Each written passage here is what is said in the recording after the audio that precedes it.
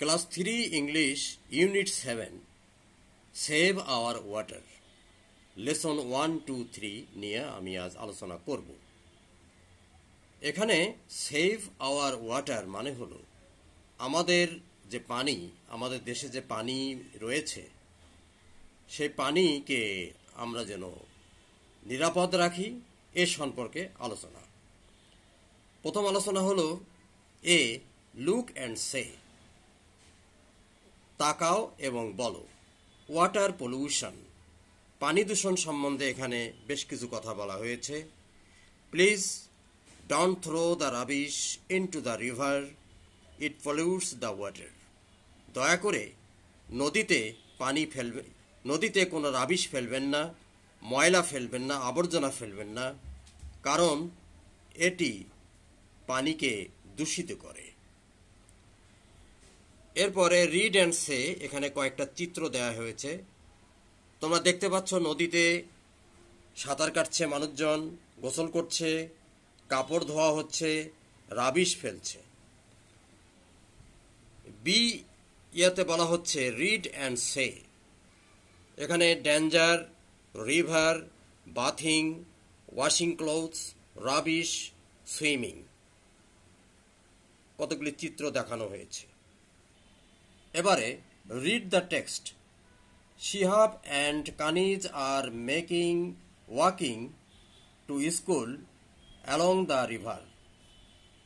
শিহাব এবং কানিজ নদীর ধার দিয়ে স্কুলে যাচ্ছিল।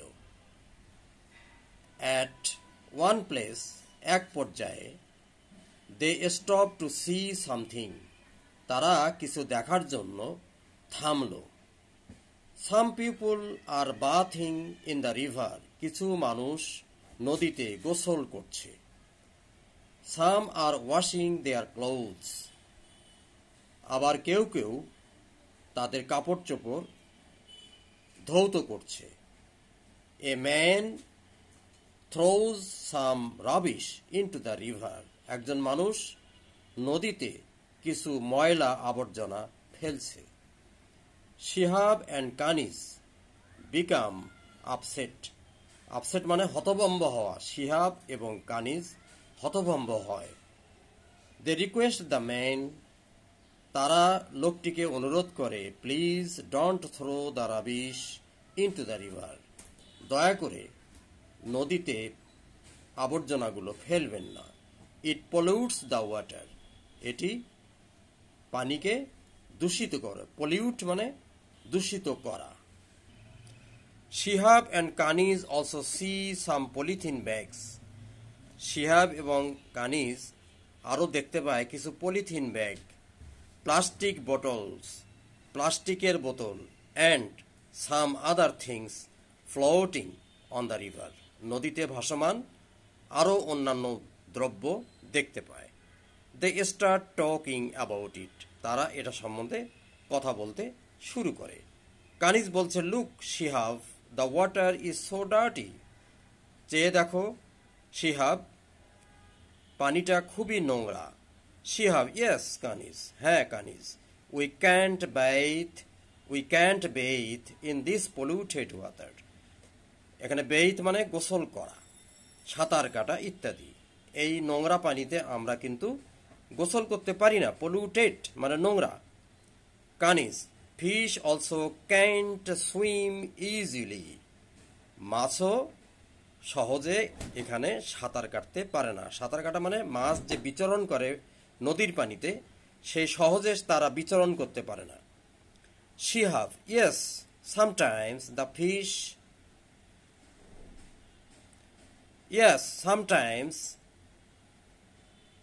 the fish gets caught into polythene bags, মাঝে মাঝে মাছগুলো এই পলিথিন ব্যাগে বাধা পায়, তারা আটকে যায়।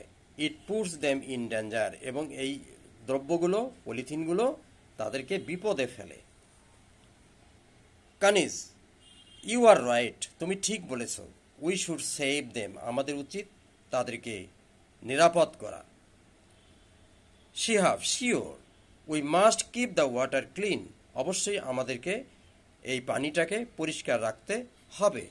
কানিজ and Shihab reach their school and share this story with their friends. Kaniz এবং শিহাব তাদের স্কুলে পৌঁছে যায়, রিচ মানে পৌঁছা, শেয়ার দিস স্টোরি এই গল্পটি, যে দৃশ্যটা তারা দেখলো তারা সেটা শেয়ার করে, তারা সেটা ভাগাভাগি করে, বন্ধুদেরকে বলে, বন্ধুদের সাথে। They discuss how to keep the water clean and safe. তারা আলোচনা করে কিভাবে নদীর পানি, এই পানিকে পরিষ্কার রাখা যায় এবং নিরাপদ রাখা যায়। শিক্ষার্থী বন্ধুরা, এরপরে আমরা এই অধ্যায়ের এফ অংশটি আলোচনা করব। এখানে প্রশ্নোত্তর রয়েছে পাঁচটি প্রশ্নোত্তর কি হতে পারে সে সম্পর্কে আমি আলোচনা করব ইনশাল্লাহ। পরবর্তী ভিডিও দেখার জন্য তোমাদেরকে আমন্ত্রণ জানাচ্ছি। তা আজ এ পর্যন্তই।